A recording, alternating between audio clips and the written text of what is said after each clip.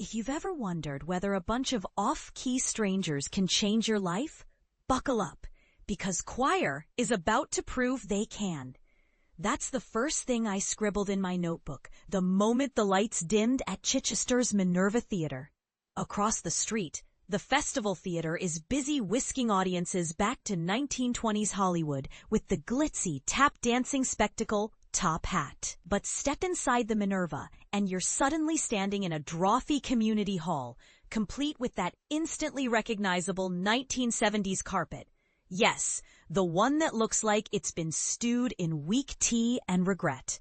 The contrast is delicious, and it sets the tone for everything that follows. But here's where it gets controversial. Gurpreet Kaur Bhatti's world premiere play Choir isn't really about the music at all.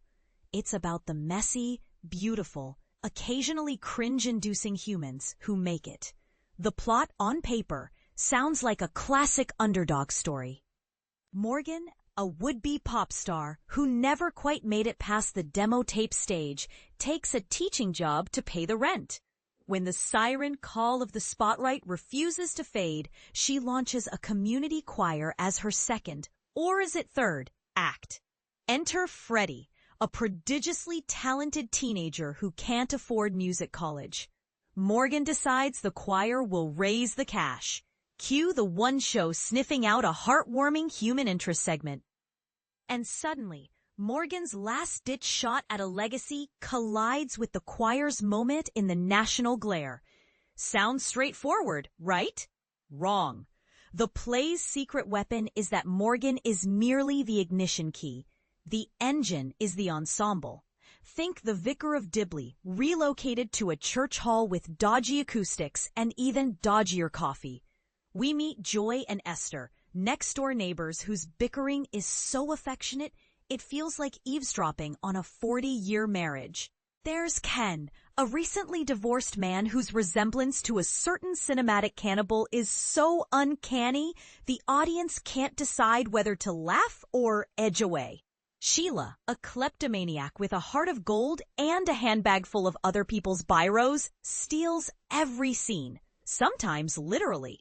Anna, a gentle mother whose home life is fraying at the seams, provides the emotional anchor. And then there's Paul, Morgan's ex-bandmate, now reduced to voicing mattress sale adverts on local radio, whose razor-sharp tongue could slice bread.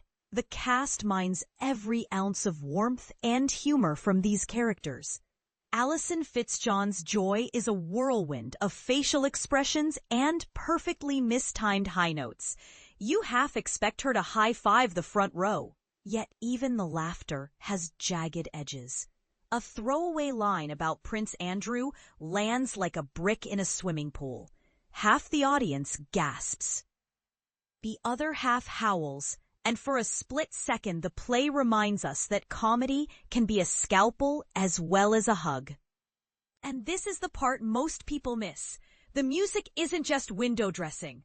The songs function like emotional speed bumps. When the choir launches into George Michael's Freedom 90, it's not a nostalgia trip, it's a battle cry.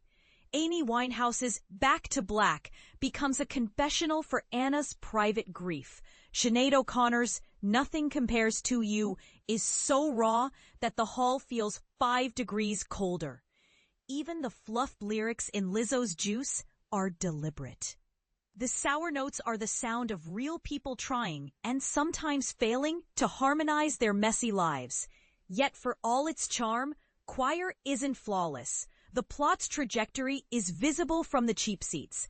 Once the one show arrives, the producers start demanding tear-jerking backstories and squeaky clean sound bites, and you can practically set your watch to the moment the choir will face an ethical dilemma.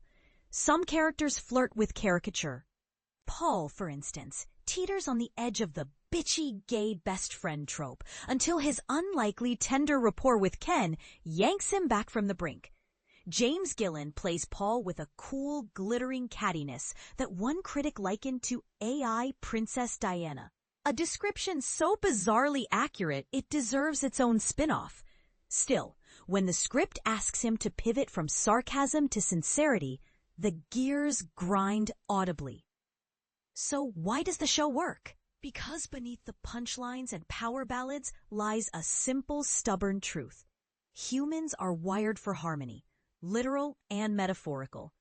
As Morgan tells the camera during the one-show taping, we come here every week because we love to sing and we don't sound right without each other. It's a line that could feel saccharine, but in context, delivered amid fluorescent lighting, mismatched chairs, and the faint smell of instant coffee, it lands like gospel. Controversial take.